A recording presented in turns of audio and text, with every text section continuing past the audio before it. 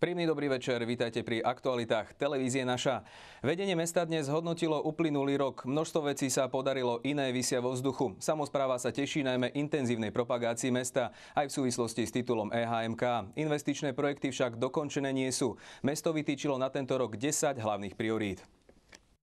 Mesto sa teší najmä zviditeľneniu metropoly v médiách i medzi ľuďmi. Prispela k tomu aj nedávna zmienka v CNN o Košiciach a Marseille ako top destináciách na tento rok. Zvýšenie transparentnosti, reforma verejnej správy v meste, zbúranie kongresového centra, to sú niektoré z úspechov, na ktoré vedenie mesta poukazuje. Jednoznačne je to mohutná prestavba kultúrnej infraštruktúry, parkov, spotov, rekonštrukcia hradu, rekonštrukcia amfiteátra, čiže sú to investičné akcie Európskeho hlavného mesta kultúry. Je verejným tajomstvom, že investičné akcie EHMK dokončené nie sú. Nedávno sa v Košiciach rekonštruovali parky. Proti ich novému lavičkami prešperkovanému zľadu či vybetónovaniu niektorých ploch sa zdvihla vlna nevôle. Podľa primátora je spevnených ploch v parkoch menej. Je celková plocha, pomer plochy, ktorá bola spevnená predtým a ktorá je spevnená potom, tak tento pomer plochy bude menší globálne v parkoch po revitalizácii, ako tomu bolo predtým. To znamená, že nie je to na úkor zelene, tých spevnených ploch bude ponovom trochu menej, čo je dôležité. Veci sa v lani pohli na Luníku 9, aspoň čo sa týka znižovania dlhu tamojších obyvateľov na elektrine a vode. Kde sa na Krčmaryho ulici vytvoril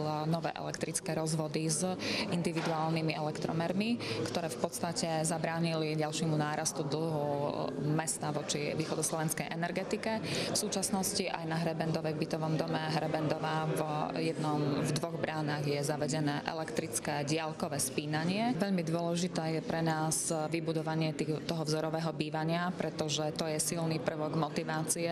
Ak chceme na príklade motivácie a demotivácie, tak ako aj spomenul vo svojom rozhovore pán primátor, prinútiť obyvateľov, aby začali inak rozmýšľať, začali inak pristupovať k majetku mesta. Mestu sa nepodarilo v lani zrealizovať komplexnú rekonštrukciu chodníkov či vybudovať tzv. 0. okruh. Do nového roka má samospráva niekoľko priorít, medzi nimi napríklad vybudovanie priameho leteckého spojenia s Londýnom. Rekonštruovať sa má kúpalisko Červená hviezda, pustiť sa chce samospráva aj do splácania prehratých súdnych sporov. Najbližšie mesiace jednoznačne úspešný štart kultúrnej časti Európskeho hlavného mesta kultúry, dokončenie všetkých investičných akcií, podchytenie turistického ruchu a turistov, ktorí k nám prídu a naozaj ten rok vzať ako východiskovú základňu budúcnosti mesta. My veríme, že to mesto objavia ľudia a po tomto roku tu budú chodiť aj naďalej, že mnohí z tých ľudí, ktorí ho objavia, môžu byť aj investori, ktorí tu nájdu možnosť investovania a nárastu pracovných síl. Jozef Demeter, televízia Naša.